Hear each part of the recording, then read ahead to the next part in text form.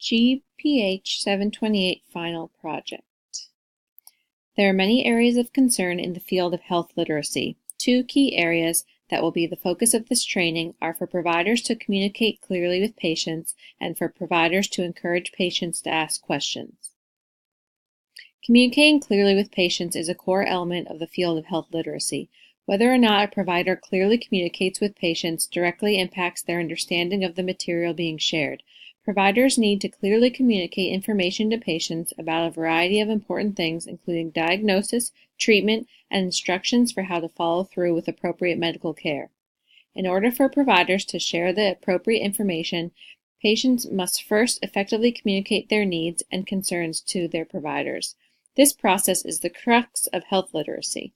It is essential for providers to consider the importance of the health literacy of their patients and actively work to incorporate strategies for improved communication into their practice. Asking questions is one of the most important things patients can do to best use their limited time with their healthcare providers, yet most ask few or no questions.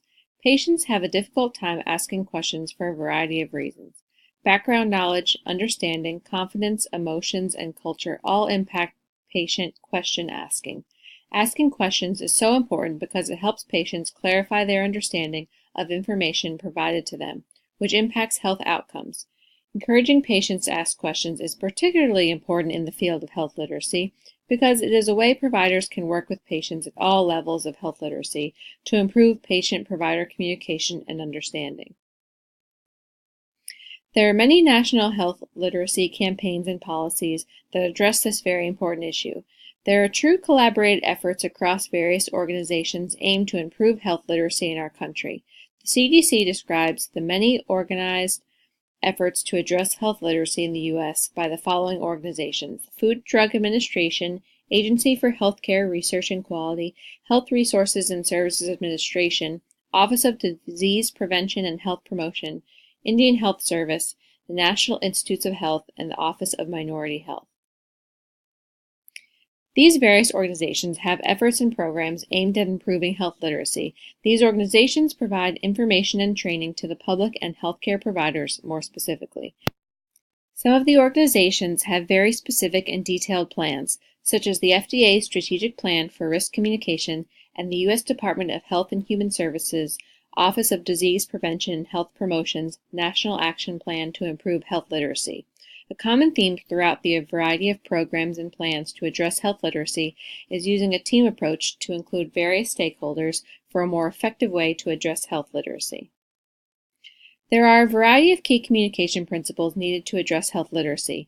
In regards to the key areas of concern addressed here, communicating clearly with patients and encouraging patients to ask questions require strategic efforts to ensure patients understand what providers are trying to communicate to them. Listening and speaking is an essential principle providers must consider when interacting with patients. It is important for providers to give patients their undivided attention in a comfortable setting.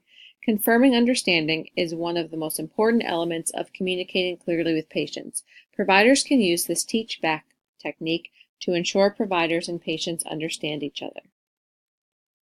When encouraging patients to ask questions, providers can avoid yes-no questions and instead ask open-ended questions, requiring patients to provide detail. Most importantly, providers can directly invite patients to ask questions and acknowledge how difficult it can be. We will explore this in more detail with a small group activity later in the presentation. There are numerous best practices for healthcare providers to consider when communicating with patients. To name a few, providers should avoid using technical medical language and jargon when communicating with patients. They should instead use words, terms, and examples that people know. Providers can use visuals in the form of charts, diagrams, and pictures to help with patient understanding. It is important for providers not to assume patients come with background knowledge and high health literacy, but instead communicate health information in a basic way, easy for all to understand. As always, providers should confirm understanding whenever they communicate with patients, regardless of the topic or the patient's level of health literacy. It's important for healthcare providers to consider culture and language when communicating with patients. To communicate with patients with limited English proficiency, providers must provide language access services in the form of interpreters. Additionally, providers should consider any cultural factors that may impact their communication with patients. In order to improve providers' ability to encourage patients to ask questions, participants will engage in a patient-provider role-play activity. Participants will do the activity in pairs, each taking a turn acting as a provider.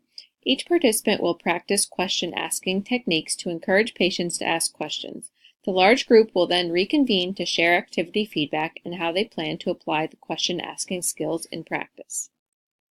The key area of concern addressed in this small group activity is encouraging patients to ask questions. As described earlier, asking questions is one of the most important things patients can do, but they often have a difficult time asking questions for a variety of reasons. It is important for providers to actively work to improve their ability to encourage patients to ask questions, which is what this small group activity aims to address.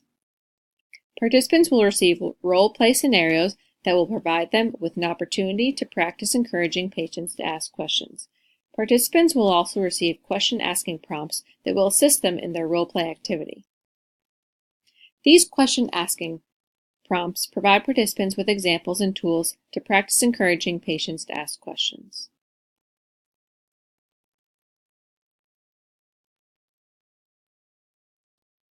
Pairs will spend 15 minutes in each role practicing question asking.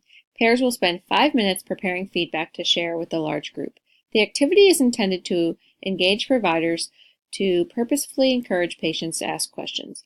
This small group activity aims to improve provider ability to encourage patients to ask questions.